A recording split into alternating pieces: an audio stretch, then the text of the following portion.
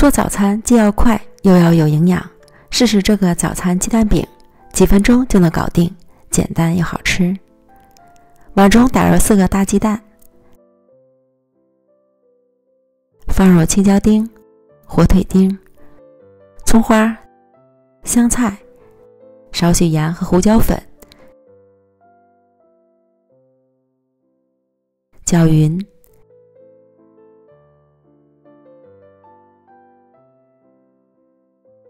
平底锅刷油，倒入2大勺蛋液，摊均匀，再放上1张手抓饼，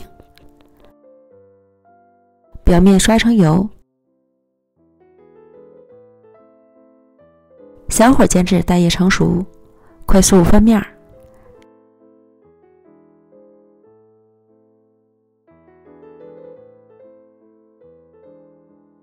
可以在锅里转动几圈，使其上色均匀。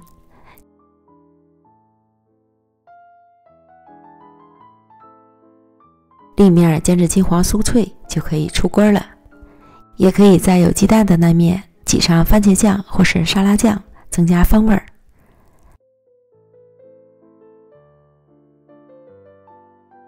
再将饼对折就可以了。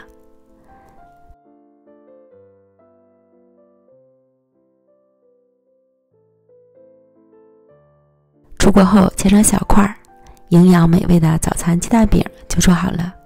吃起来外酥里嫩，清香味美，可能再也没有比这更简单又有营养的早餐了。